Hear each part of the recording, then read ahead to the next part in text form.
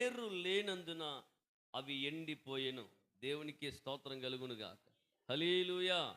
కాబట్టి మనము ఎండిపోవడానికి ఆధ్యాత్మికంగా కానీ శారీరకంగా కానీ ఎండిపోవడానికి గల కారణం ఏంటంటే వేరు లేనందున అవి ఎండిపోయెను అనే మాట మార్కు సువార్త 4వ అధ్యాయం 5-6 వచనంలో యేసు ప్రభు ఈ వాక్యాన్ని ఉపమాన రీతిగా ఇలా మాట్లాడుతూ, విత్తువాడు కొన్ని విత్తనాలు చేత పట్టుకుని విత్తుతూ వెళ్ళిపోతున్నాడట.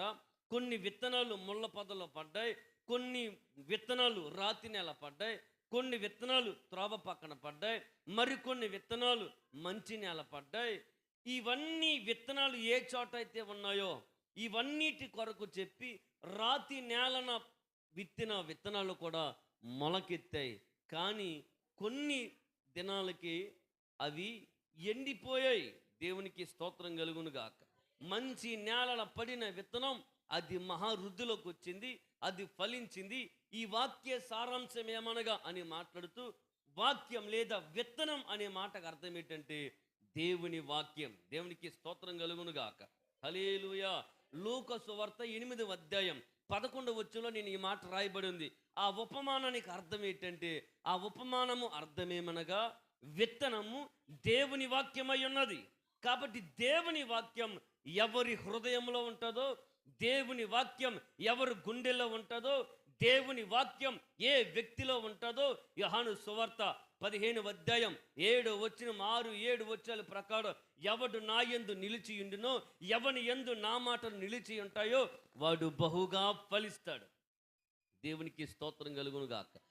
దేవుని వాక్యం మన హృదయంలో ఉండాలి, దేవుని వాక్యం మన గుండెల్లో ఉండాలి.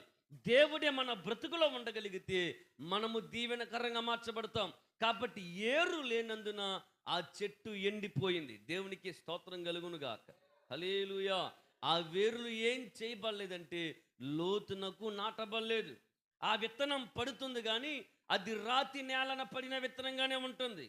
కొన్నాళ్ళు బాగానే ఉంటున్నా కానీ తర్వాత మరల ఏరులు ఎండిపోతున్నాయి. ఆధ్యాత్మికంగా ఎండిపోతున్నాం, శారీరకంగా ఎండిపోతున్నాం. కారణం ఒకటి, ఆ వాక్యం మన హృదయంలో నివసించలేకపోతుంది. దేవునికి స్తోత్రం కలుగునుగాక. హల్లెలూయా.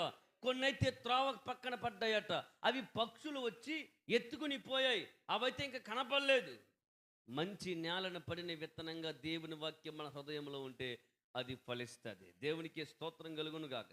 కాబట్టి ఈ వేరులు లోతులోకి నాటబడాలి. అంటే ఈ విత్తనం లోపలికి వెళ్ళాలి, ఆ వాక్యం మన హృదయంలో పనిచేయాలి, ఆ వాక్యం వేరులై మన జీవితం అంతా పనిచేయాలి.